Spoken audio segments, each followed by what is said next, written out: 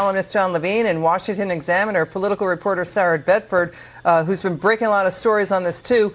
You know, John, U.S. Attorney David Weiss gave credibility to the IRS and FBI whistleblowers by not contradicting them on what DOJ officials were doing and stonewalling the investigation at Hunter Biden.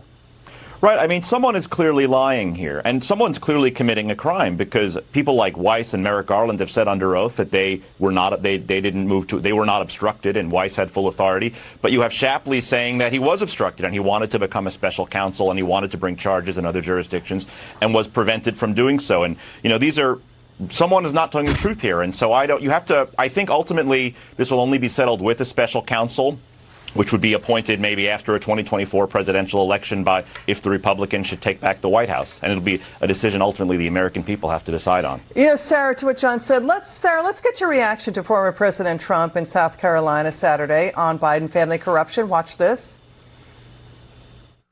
I've been hitting him much differently than I have, because I've always respected the office. And then when they indicted me for nothing, I said, now the gloves are off. Now we have to say it like it is. He's a crook. Under crooked Joe Biden, I never called him that. I took the name away from Hillary Clinton. We call her Beautiful Hillary now. When I get back in office, I will appoint a real special prosecutor to investigate every detail of the Biden crime family of corruption. So incredible. Sarah, what do you think? I mean, you know, Hunter Biden's former business partner, Tony Bobulinski, was willing to testify for a grand jury, but he didn't even get a phone call.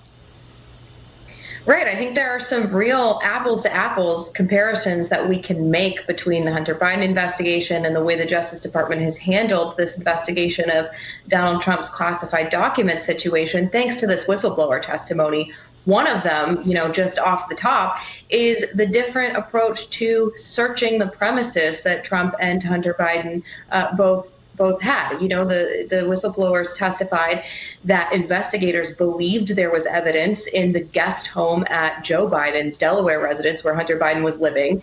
People in David Weiss's office, the U.S. Attorney's office in Delaware, agreed with investigators that they were likely to find evidence of tax crimes in that guest home, but the decision was made that a raid was too aggressive, too politically sensitive, and they didn't go forward. In Donald Trump's case, the Justice Department pushed to have an unannounced raid over the concerns of investigators, the line agents who said they thought that was too aggressive a step. Trump's lawyers were already working with the Justice Department. So you can see the different way in some of these tactical steps that investigators have taken, that the Justice Department has taken such different approaches.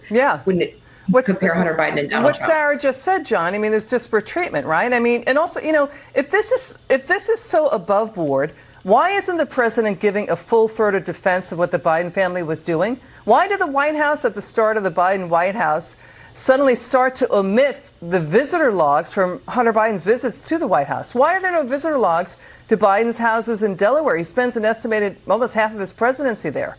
Well, the president continues to deny the very facts on the ground that we've proven over and over again, that he was involved in his son's overseas business dealings. And you had business partners visiting him at the White House when he was vice president. And you had business partners with him on the golf course and in restaurants in Washington, D.C. So I'll just say, you know, you don't need a special prosecutor necessarily to get answers here. The thing I would say is paper. What if David Weiss attempted to become a special counsel, if he attempted to bring charges in other jurisdictions, there would be a paper trail of that. And that's something House Republicans and the Oversight Committee and the Ways and Means Committee can try to get their hands on to see to prove the allegations that the whistleblower has stated. Sarah, next time we'll have you on, we'll give you the last word. I mean, House Oversight Chair James Comer is now saying at least $40 million in the Biden family business deals. Okay, John Levine, Sarah Bedford, thanks for joining us tonight. It's good to have you on.